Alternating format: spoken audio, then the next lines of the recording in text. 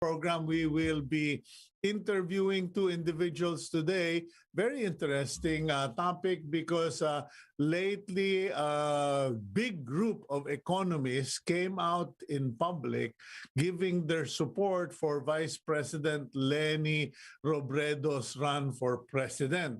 And medyo in a time when everyone is being very cautious, being politically correct, not showing all of their cards, a lot of people wondered, mukhang lantaran itong mga economists na ito sa kanilang pagsuporta kay Leni.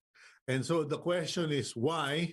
And of course, other questions that go with answering their, finding out why they took a public stand. Kasi natatandaan ko po in America, there was a time when they said, it's the economy, stupid. Kumbaga, parang what's the problem? It's the economy. So we will ask our first guest later, and he's a regular on the show. He's a journalist, etc., but an economist as well.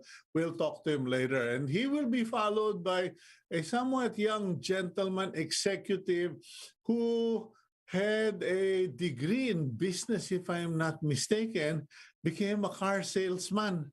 Parang siguro yung tatay niya, ginasusan ko na kalaki-laking pera. I matriculated him to one of the best universities and he wants to sell cars. Is he insane? But wait. This car salesman got himself promoted through years of hard work, dedication, going from one good company to another, and is now based in Japan. He is a director in Japan. Aba, dito sa Pilipinas po, may mga pumupunta sa Japan para matuto, para pagbalik mapopromote. Siya hindi. Doon siya na-promote sa Japan. Okay, we will talk to him about that later.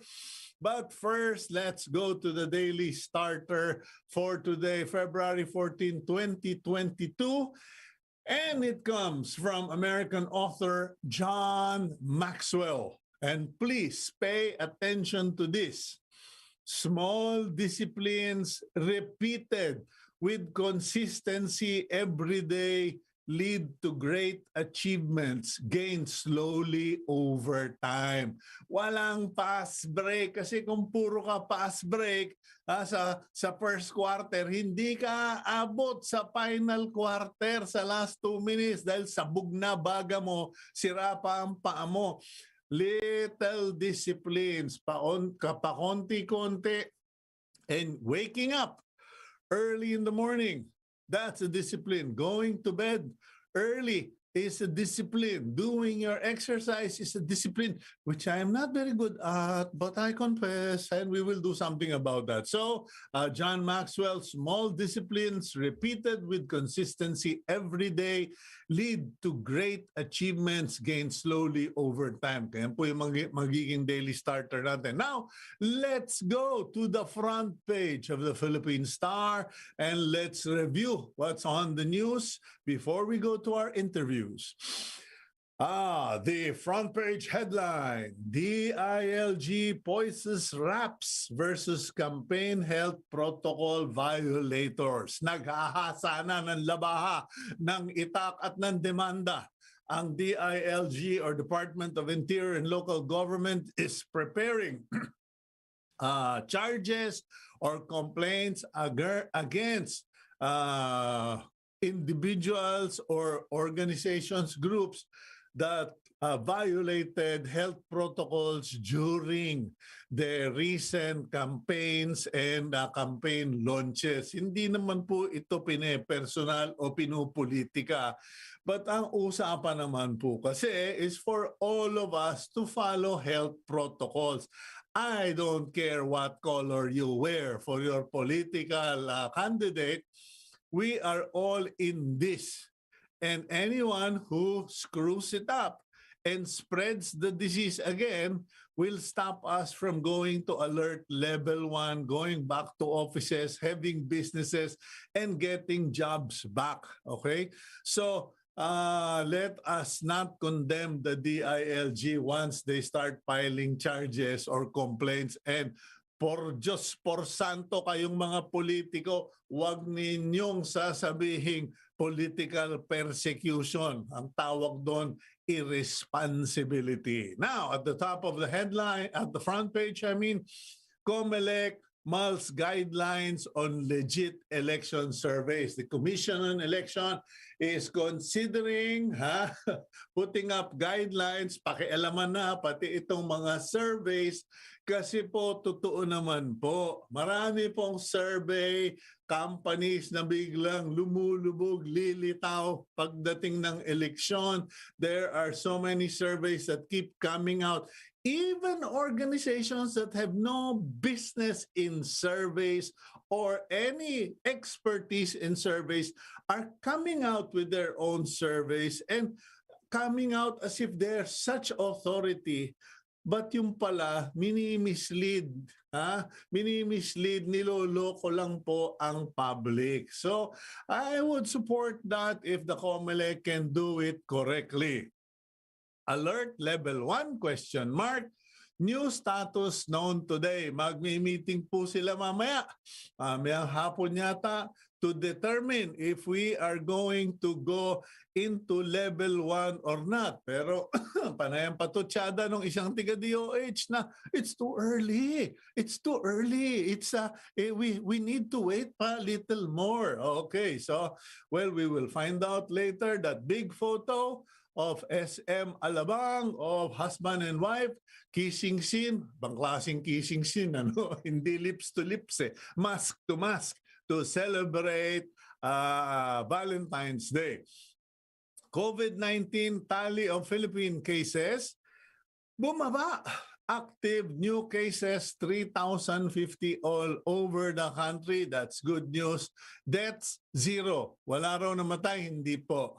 Nagkaroon sila ng technical difficulty in reporting. So instead of making an erroneous report, siniro na lang muna nila. NA no answer. Okay. And then below the headline, we have POEA Health Workers Deployment Limit Quota Cap raised to 7,000. Tinaas na po officially from 5,000 to 7,000 the number of health workers allowed to take jobs abroad. Although sinabi ng mga tiga-dole, etc., it is not even close to the actual demand. There is a far greater demand for health workers abroad. So ayan po. Now, the Tax Management Association of the Philippines, or TMAP, reminded taxpayers that negligent taxpayers face 10 years in prison. Sinong tinakot nyo? Sabi ni Perolino, hindi raw po, immoral yan. Ayan na po. That is this reaction from the TMAP is a reaction because of the public sentiments brought out by the decision of the COMELEC saying na it is not immoral. Noon. Pero ngayon, hindi lang immoral, criminal pa. Criminal not to pay taxes. Okay, and there is a push by the Philippine Foundation for Vaccination, Executive Director Dr. Lulu Bravo, that dapat siguro we should consider vaccinating kids below 5 years old. Okay? And last but not the least, yan pong photo na yan. Again, pediatric vaccination kasama picture-taking selfie with superheroes in a mall in Antipolo, Rizal. Okay, so there you go. Those are the front page news, and we're back here on agenda. Let's now go to the main part of the program. And we go to our first guest, who is a journalist, economist, and has regularly guested here on Agenda. He writes for Business World. And let's bring in Senor Bienvenido Oplas Jr., otherwise known to our viewers, Nonoy. Sir Nonoy, good morning. Good morning, Cito. Happy Valentine's sa inyong sa ating audience. Okay, ikaw ba, nagbigay ka ba ng bulaklak kay Commander? Mamaya pang date namin. Sabay bawi, ano? Okay, Sir Nonoy, thank you for joining us this morning. First of all, we were surprised. Well, I was surprised myself that economists, a bunch of economists, ewan ko, ilan ba kayo? 50 ba? 100? 200 ba kayo? That 240 plus na. As of 40, yesterday, 40 plus. 246. Okay, 46 economists, major economists, got together and publicly announced your support for Vice President Leni Robredo to be the next president. And it's surprising because in the recent months, even ordinary citizens did not want to say who they were supporting kasi baka ma-cancel sila ng mga kaibigan. You know, you might get canceled by friends, you might get unfriended, or baka awayin ka. But here, almost 46 economists get together and say, well, we're on board, we support Leni Robredo. Why the public statement? Yes, Cito, I checked yesterday, there were about 246 or 250 signatories already. No? Sorry, 246 pala, sorry kasi medyo poor hearing ako. Okay. Saka everyday nadadagdagan. Siguro mga 30 or 40 nadadagdag everyday. So, a majority of them are actually academics, mga teachers sa UP Diliman, School of Economics, sa Ateneo, sa UP Los Baños, and even abroad. These are mostly Filipino economists na nagtuturo sa ibang bansa.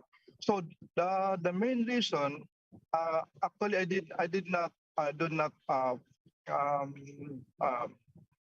follow on everything that was stated there. But for me, the reason why I was one of the signatories, or one of the 246, is that Leni Robredo has two distinct differences between the main leader, Bongbong Marcos. One is her respect for the rule of law, and second is her solid grasp of economics. No, in particular sa rule of law. So we have a bad experience with the Duterte administration of abject, arbitrary disrespect for the rule of law, especially in this drugs war, no, violent drugs war. And second, yung sa management of the economy, kasi yung problema natin ngayon, Cito, ang laki ng utang, especially the last 2 years. For instance, in 2019, ang 2018, ang average natin na utang ay 65 billion pesos per month. By 2019, naging 73 billion pesos per month. Pero pagdating ng 2020 and 2021, nasa 208 billion pesos per month for the last 24 months. Ganun kalaki ang utang. So ang sunod talaga dito na question, paano i-manage yung ganun kalaking utang? So ang sa akin, ang nakikita ko diyan, sa kay Bongbong kasi marami nang binabanggit na tatanggalin ng mga taxes, dadagdagan ay babawas ng taxes, etc. without mentioning about the expenditure. And I think the most important here is how to manage the expenditure kasi sobra talagang laki ng ginastos. No? So, can you imagine, Cito, yung budget natin for this year is 5 trillion pesos. Okay. Tapos ang budget ng Office of the Vice President is only 0.7 billion pesos. So 0.7 billion over 5 trillion is equivalent to 0.01%. Parang kumbaga, 1% of 1% lang ang budget ng Vice President. And all those years, for the past 6 years, ang budget talaga ng Vice President ay 0.6 billion to 0.10 billion lang. Ganon kaliit. Kumbaga, ikumpara natin yung budget sa 2022, 100 pesos ang buong budget ng government. So ang 1% nun, piso. Hindi pa umabot doon ang budget ng OVP. Isang sentimo, 1% of 1%. And yet, for such a very minuscule budget of the Vice Presidency, was able to achieve so many things like nung pagsimula ng COVID, she started with the great private support and donation. She was able to give dormitory for COVID health workers, libreng sakay, etc. Kasi ang nangyari, nakita ng publiko na magaling maski sa napakalit na budget ng Vice President ay marami siya nagawa at meron silang trust and confidence na magbigay ng private donation sa isang government agencies. Okay, no, but I will not diminish or belittle the accomplishment of Vice President Robredo. The fact that she is about to finish her term, given all the resistance, oppression, and accusation of the administration that she's supposed to be part of, is already a major accomplishment. Kumbaga, kung pag-uusapan lang natin ng tibay ng dibdib at paninindigan, you cannot challenge that from Leni Robredo. But, as I mentioned in the intro, there was a time in American history where one of their politicians said that the problem, it's the economy, stupid. Now, you are pointing out trillions and trillions of debt incurred by the government because nga of COVID-19, closures, no productivity, etc. Now, I am reminded of a similar situation that Cory Aquino faced.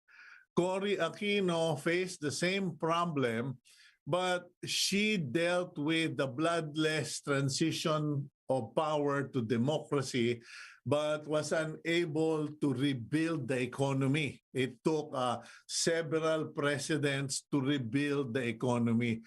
Is it reasonable, logical to expect that Leni Robredo, for all her talents and her expertise in economy, can one president with one term rebuild the tattered economy that we have, which is just one of many other countries in the world?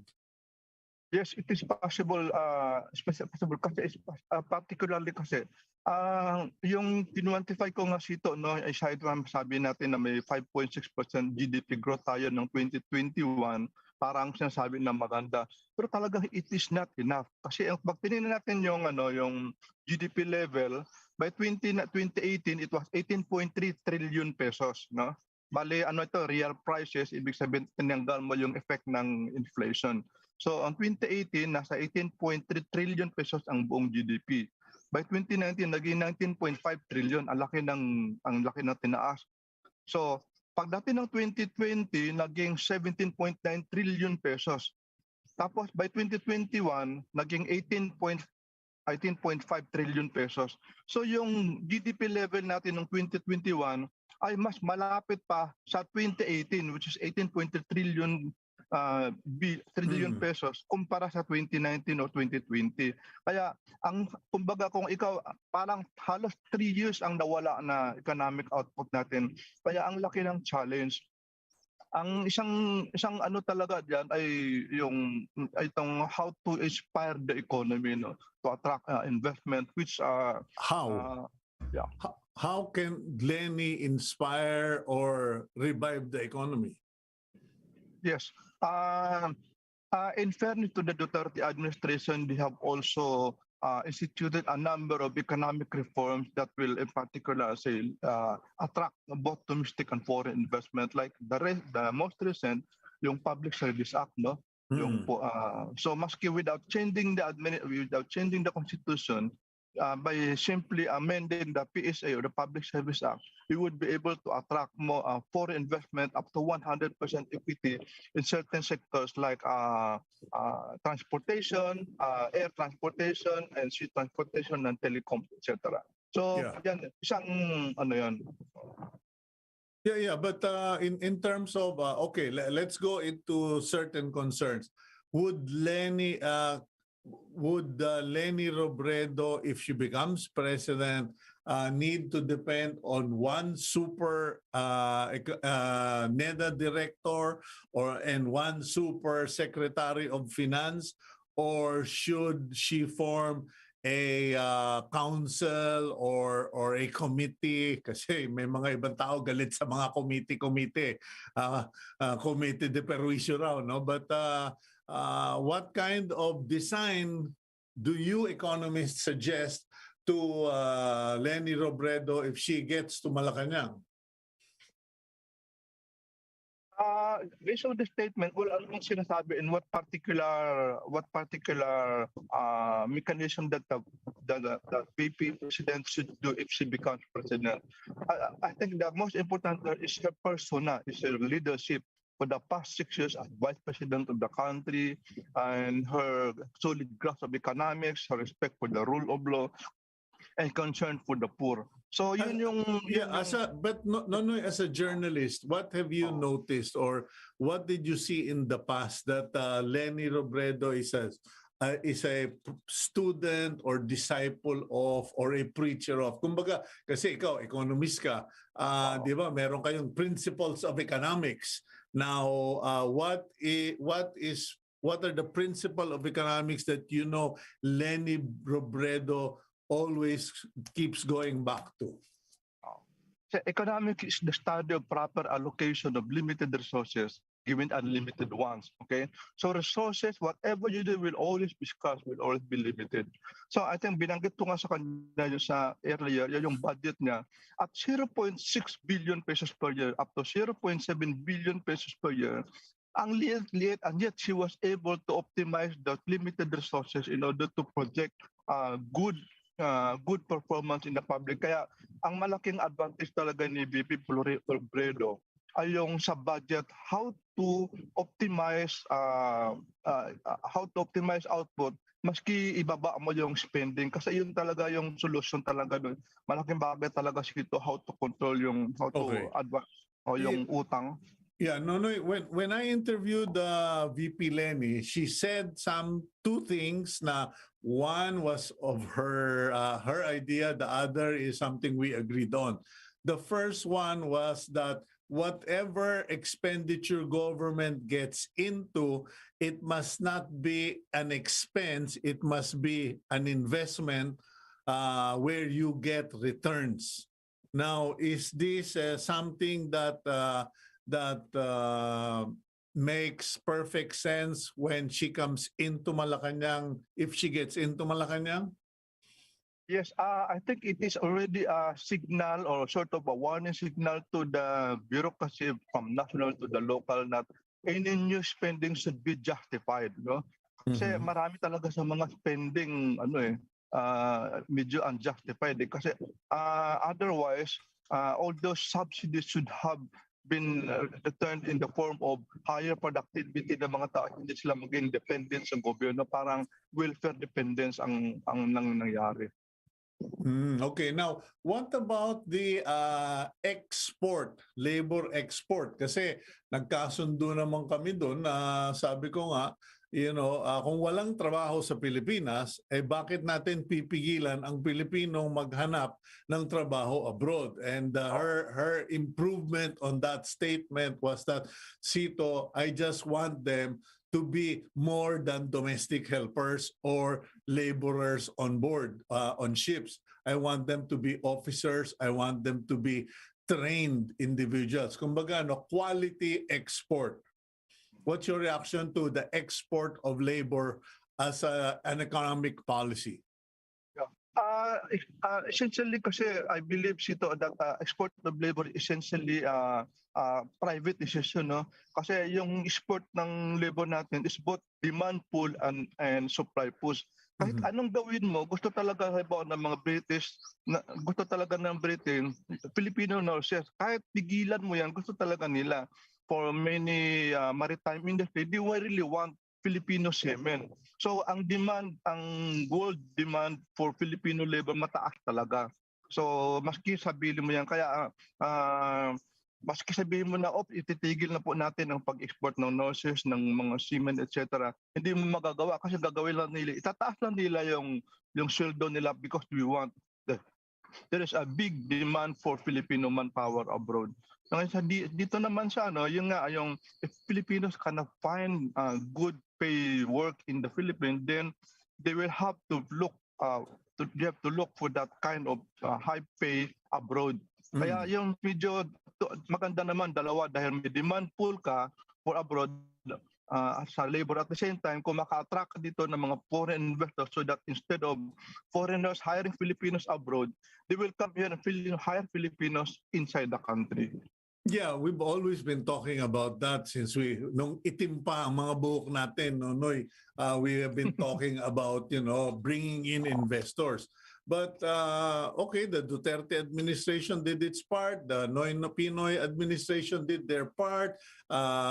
Ramos, Arroyo, Estrada, everyone has at one point or another done something to try to make investments in the Philippines attractive. But the reality is we are an island nation in the middle of nowhere in relationship to, Thailand, Vietnam, etc. Kumbaga, dikit-dikit sila, tayo lulutang-lutang tayo dito sa gitna ng laot. And people have told me, Cito, you cannot make the Philippines as competitive as Thailand, etc.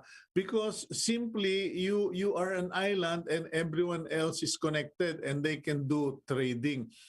What, as an economist, what else can be done to really bring those people to the Philippines? Yes, I think the main advantage of the Philippines is archipelago. No?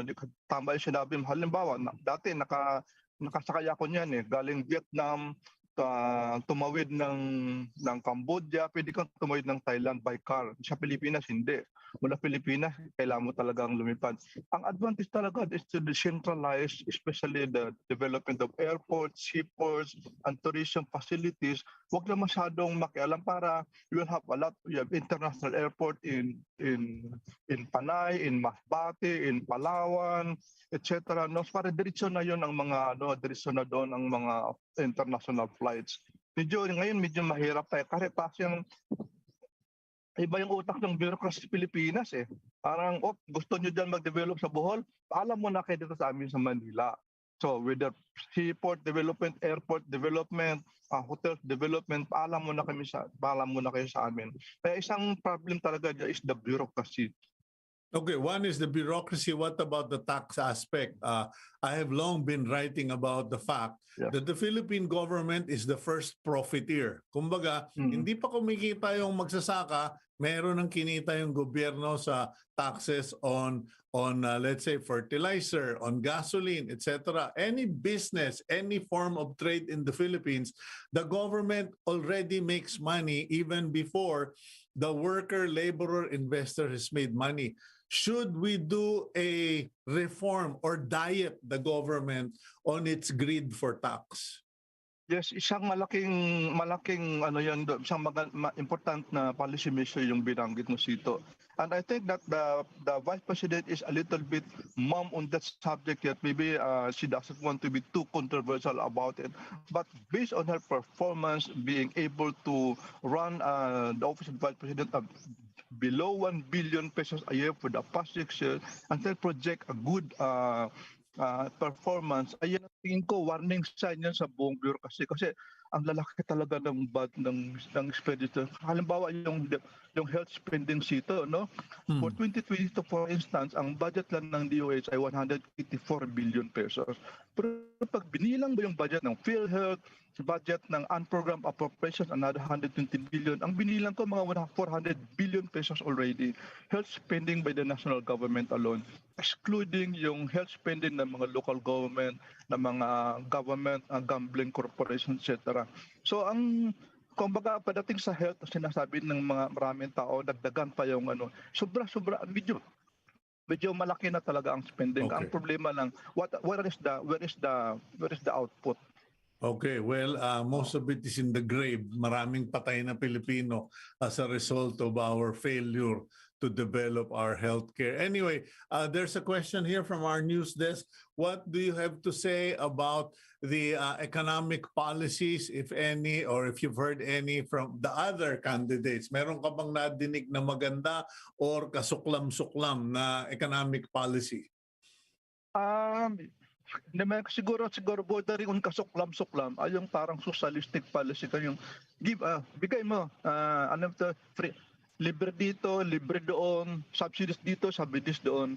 Kasi ang parang tinitin nila yung pera galing lang sa langit at pinomodmod ni Batman saka ni Superman. Hindi po ganon. Kaya nga binanggit ko earlier, economics is the proper allocation of limited resources given unlimited ones. Money will always be limited. Kung hindi mo yan makuha sa taxes, ay kukunin mo yung sa pangungutang. Have you heard of any good policy from any of the other candidates aside from Leni Robredo?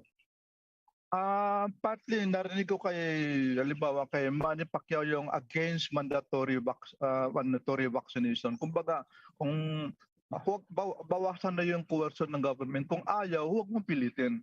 So partly yung binanggit niya. Mm-hmm. Okay, well, I'll leave it at that.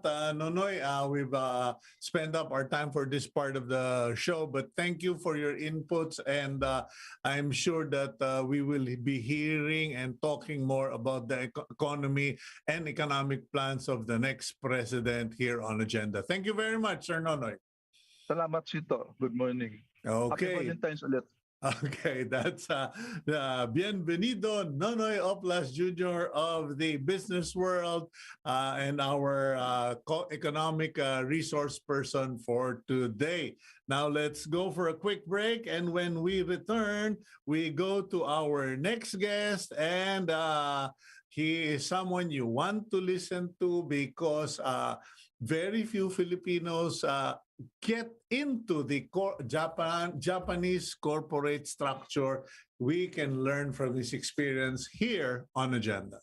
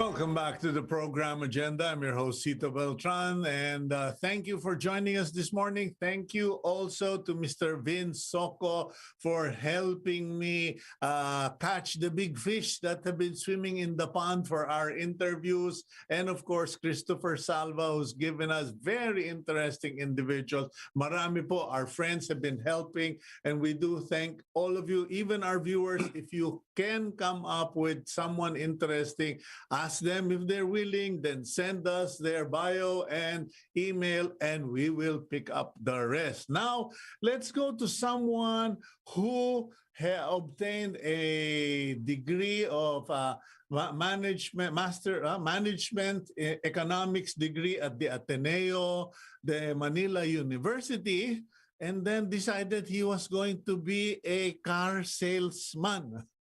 Medyo, sabi ko nga kanina, palagay ko nakalbo tatay nito sa inis eh. But he started his career in the auto industry with Toyota Motor Philippines as a member of its dealer sales operation.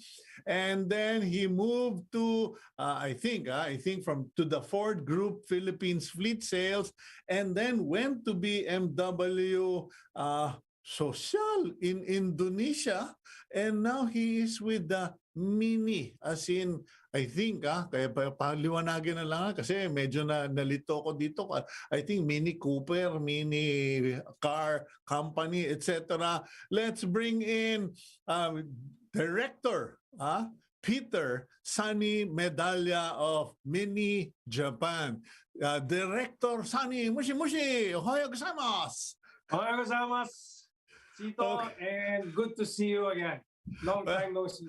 Okay, medyo iba ang dating mo, sir, kasi dito sa Pilipinas, we want to get training in Japan so we can be an executive in the Philippines. We go to America so we can be congressman and senator in the Philippines. Pero ikaw, iniwanan mo ang Pilipinas at nag-Japan ka.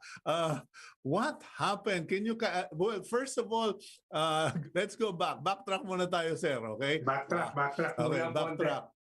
Nag-management, kumuha ka ng degree in management economics, tapos pumasok ka sa buy and sell ng kotse. Sorry, I don't want to degrade it, pero I'm thinking like your father.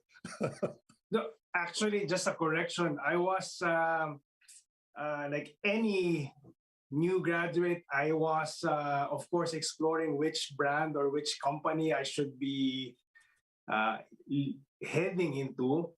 And as a college student, or even before, I've always loved cars. Loved cars. Okay, that's my passion. And when Toyota Motor Philippines came with an opening, Cito, I didn't even ask the salary. Sabi ko kagad, I want to join that company. I was driving a Toyota Corolla during the time, 16 valves, no? And of course, that was probably the best decision ever, right? That I ever made as a starting fresh graduate from the Ateneo. So my first job indeed was dealer coordinator, ang tawag na sa posisyon na yun noon. Okay. And I had to handle back then my Quezon City dealer. So I was in charge of Toyota Quezon Avenue, Toyota Cubao, Toyota Balintawak. So I was dealing and working with the sales managers, the dealer principals, and my task was, of course, hitting their quotas and making sure they achieve their targets. Parang ang gwapo mo, no? But little do people realize that if you are the dealer coordinator, ikaw ang hinahanapan ng stock, ikaw ang minumura pag na-delayed ang stock, ikaw ang kinukulit pag hindi mo nabigay yung kanilang rebates, at ikaw yung sinusumbatan pag hindi nakuha yung kanilang trip to Japan. Ayun, eksakto, mismo, spot on, Cito. Ganun-ganun na nga. And yun ang aking experience, of course, working with our dealer principals. But and what did you, Sunny, what did you learn in that process? Kasi alam mo, naaawa rin naman ako sa mga bata who are following your path. They're following a passion, they have a love for cars or whatever other products, and their parents who are like me, teka, ako yung nagbabanat ng buto, malmal ng matrikula dyan sa Ateneo, tapos magsisalesman ka ng kotse. Ba, hindi lang yun. Na-mention mo si Vinsoco kanina. Of course, we all went through the Vinsoco School of Management, no? And I was in charge of my dealer principals, no, yung aming partners. And that's one of the tips or probably big learnings in Toyota. Respect, no? Respect your team, respect your colleagues, respect your boss, respect yourself. And then, ko na side story, kasi sabi mo, nag-aral ka sa Ateneo, nagkalikas, tapos pag dumating yung dealer principal, sasabihin ni boss, buksan mo yung pinto.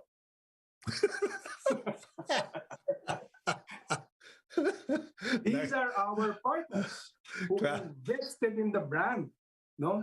Who invested their savings into the brand.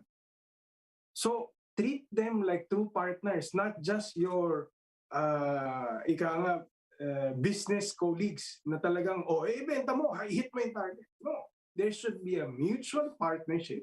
There should be mutual respect because we have common goals to achieve, which is at the end, get the cars on the road on time and meet our customers' demands and meet their kaya customer satisfaction remains top in our How long did it take before you realized that you were no longer an employee, utusan, tiga-bukas ng pinto, and you fully realized, teka, this will be my career, or I want this? How did you know and when did you know? Well, it started again with the passion, right? And being in the industry, can you imagine having that benefit of having to see the latest and newest cars? That was probably became the ultimate benefit, no? That's Mhm. one. And second, moving forward, kasi sabi ko, nag-enjoy na ako dito masyado. And I thought that if I want to make a career out of it, I have to get more learnings. I need to make sure that I'm walking the talk. So when I moved to Ford, after my stint in Toyota, I needed to make sure that I was learning the ropes. No? So that means when I was doing fleet, Cito, I actually had a list of companies, for example, and I was literally picking up the phone and saying, can I know who is in charge of your car purchases? And I'd like to set an appointment. So, Cito, I was cold calling. I Wow. was cold. Okay, so Talo mo pa yung nagbebenta na insurance. so may listahan lang ako kasi yung Ford back then had a list of companies that they had a partnership with globally. And that was my hope, no? Mhm. And my favorite story when I was there was I called probably the number 10 in the list and set an appointment, had a lunch with the person in charge. Second round, had another meeting with the finance director. 3 months later, they sent a purchase order for 200 cars, right? So my point there is you have to roll up your sleeves, okay? You have to literally know what your partners, colleagues, or rather your business partners are struggling with or challenges with. So pag sinabi ng ahente sa akin, hindi ako makakota, sabi ko, okay, halika dito. So at least we can talk, right? And at Mhm. least we can mentor, we can coach them, and at least get them into a motivated environment para Okay. for them to achieve their numbers. How do you avoid the quota and the deadline and the pressure poisoning your desire to respect and to mentor your teammates? I think that's a good question. No? So now, ano na yan? So from maybe I jump now from the Ford experience of Mhm. learning the ropes now into a much more management role in when I moved to BMW Group as heading up now the sales department. The key is preparation, right? Mhm. And that really means making sure that you are on the same page with regards to what are the real potential of the market. Okay. Mhm. And of course, that's the thin line between a stretch number and, of course, what the capacities of the dealership can do, what are the capabilities of the team can do. And there's normally, and there is, how do I say, an agreement at the end that we need to match. And the question is, if it's not being achieved, how can I help you make it happen? Okay, but So- what about the culture issue, Sani? Kasi I consult for every now and then for some of the automotive companies, and nakikita ko yung culture problem eh. The foreigner, whether they're Japanese, American, or whatever, they will say, "Oh no, Filipino, lazy. You guys are just sitting on your fat asses. Come on, push it. Come on, you can sell much more." And yung mga Pinoy dito lalapit sa akin, kuya, gusto ko ng pa-riding in tandem ng bullshit na yan eh. The clash of the culture, because the expat is under pressure from home office and will do anything it takes to push your buttons. Fantastic comment. Kasi, you know what, I had a really, really challenging experience with a German colleague or a German boss when I moved to BMW Group, Philippines, no, as a first. And I had all the warning signs. In fact, all of the colleagues, mga kaibigan natin sa motoring industry, pare, huwag mong gawin. Don't do it. This guy's crazy. He's hard on his guys. Half of the people have left. But the offer was good. The role was even better, and I thought this was for me the next significant role for me to move up into my career. And you know what, Zito, whatever the reputation was that the industry was saying it was worse than that, 10 times worse. And it was probably the worst 6 months of my life that I was really trying to understand how they ran the business in BMW, how this guy thinks, and how we ran the business. But then he was quite unique. Maybe fast forward, at the end, I had to double, triple what the efforts that I was putting into the work, no? And on the 6th month, literally, there was a tipping point, and he actually came to me and says, "I'm sorry, I was just pushing your buttons." I knew it. Okay. And since then, I think the point there was I was 3 steps ahead of him. No? Since then, hindi na siya makagalaw without consulting me in the business. We've become friends. We're now first name basis. Well, yeah, you would be first name basis because you're now a director in Japan. Excuse me. Now, I have 2 questions because we might run out of time, Sunny. But I guess first would be, you've gone from Toyota to Ford to BMW. All monte ka nang nakarma sa BMW. Mukhang nag-pay for your sins ka na doon. People would say, "Guy, be careful if it's on your resume or your bio or your career path that you keep jumping every so many years. You are going to be very unpopular with headhunters and HR." How did you prevent that from being a question mark on your data? So this is my 3rd brand. So 4 years in Toyota and then 4 years in Ford.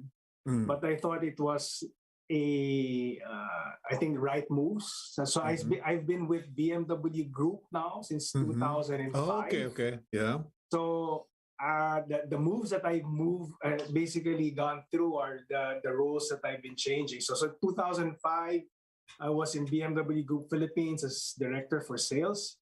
And then I have a nice story. BMW Group Philippines actually closed down.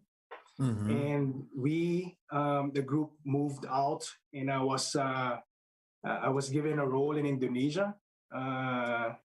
as head of sales and marketing. So I was in BMW Group Indonesia, Jakarta for almost 6 years. Interesting story, but siguro kulang, we need 2 hours for that because we came in there as second-class citizens. The market was dominated by Mercedes. Mercedes-Benz, and they were selling 3,000 cars. We were selling 700 cars when I arrived, which was the opposite, right? Because I came out of the Philippines, we were market leaders, 60% of the market. Everybody loves a BMW. If I want a top of the line car, I'll get a 7. It was the complete opposite. Nobody wanted to touch us. And but we went back to basics. We were not participating in the motor show. We had to bring in the right products. I was selling a car in black and silver, and Mercedes had a whole gamut of their product lineup.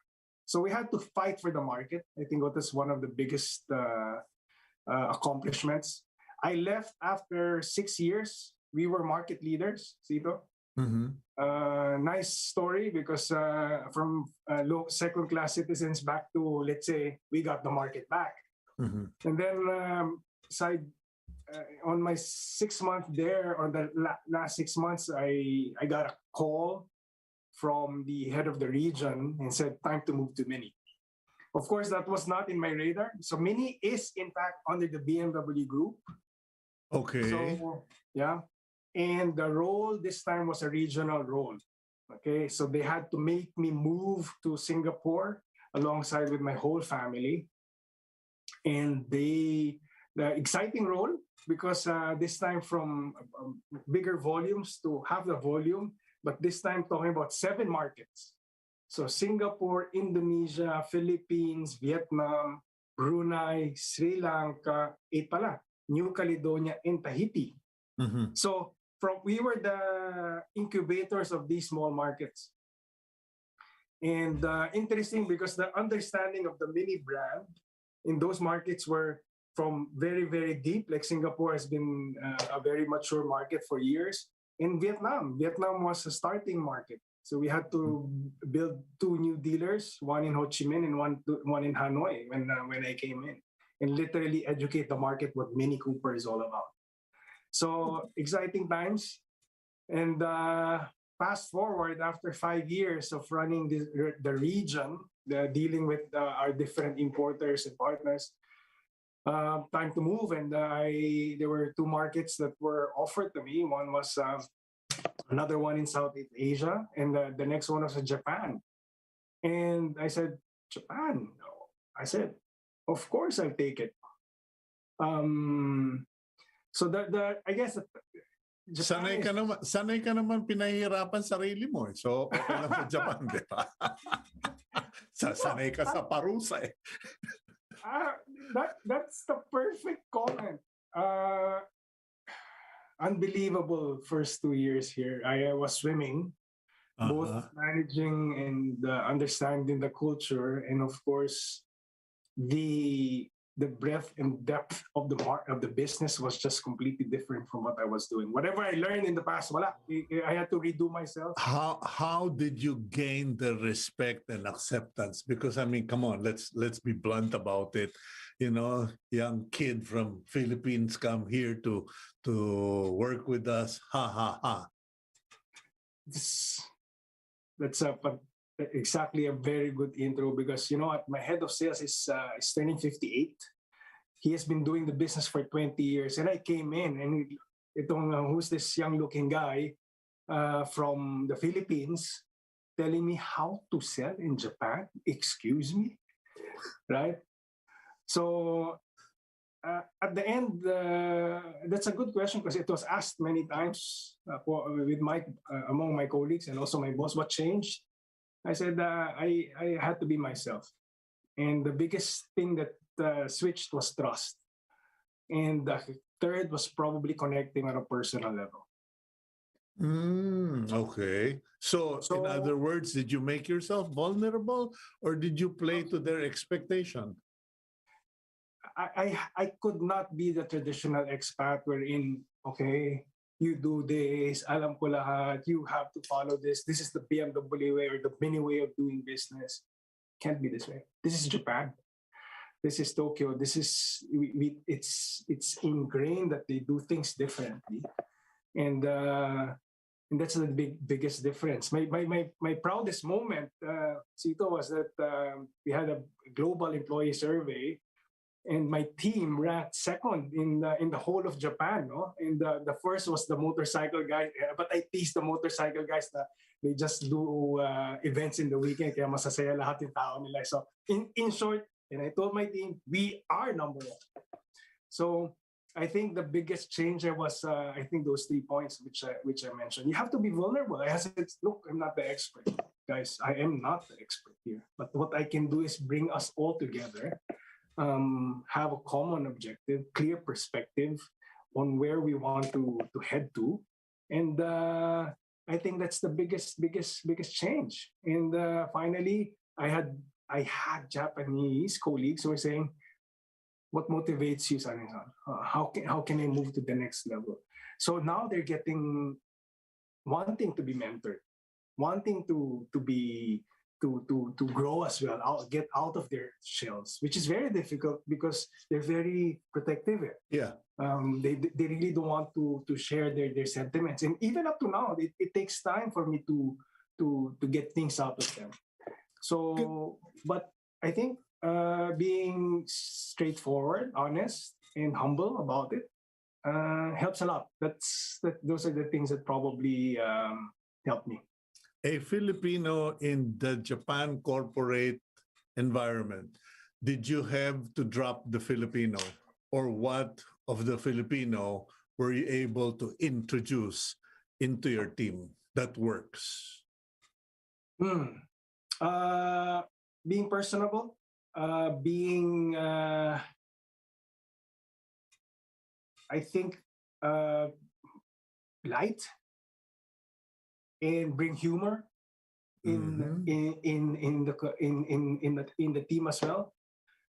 Doon tayo magaling eh. right? And one thing that I had to change was that I'm not my predecessor, nor my predecessors. I've always followed normally a Westerner in all my roles. And we're not. The only thing we can do is, of course, being very thorough in our business processes. That's clear. But in terms of treating them, I think that's one thing that we are very good at, being sincere and being very open-minded and treating them as equals. Okay. That's the most important thing. And that's probably what the other thing that changed, because let's say former colleagues saying, don't trust them.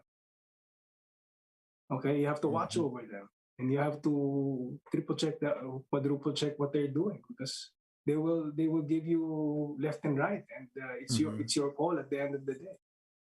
And that's probably what changed. Well, Sunny, parang kwentuhan lang, but it's like a mini episode on management, progress in the workplace, and intercultural options. And really, thank you for your time today. I do hope that one of these days you'll drop us a call and give us even better, not better, but more news, good news about the Pinoys in Japan. Thank you for making us proud. Have a great day, Sunny. Thank you for your time today. Cito, thanks for having me over. It's been a pleasure. And I wish you all the best. Good health, continued. Good health, and let's take care. Okay, thank you very much, Mr. Sunny Medalla of Mini Japan. And yan po, no, pamarisan ninyo. We want guests like him because he gives us things to aspire for. Hindi yung maging trabahador ka lang o kaya scholar ka lang, pwede kang maging leader even in Japan. Thank you very much. And let's not forget, we have a special reminder to all of you. Witness all the action on the 2022 Beijing Winter Olympics. Marami pong nagbabalistik doon. Make sure to tune in to the Beijing Winter Olympics channel, available for free on Cignal channel 198 and channel 298. Okay, let's go now to our blessing for the week before we close the show. He gives strength to the weary and increases the power of the weak. That is from Isaiah 40 and 29. Kung kayo po ay lunis na lunis pa lang nahihina na kayo, medyo ayon, get down on your knees and power up and recharge. I'm Cito Beltran, thanking you for joining us this morning. Please have a great day. Happy Valentine's. God bless all of you. Keep it here on One News PH.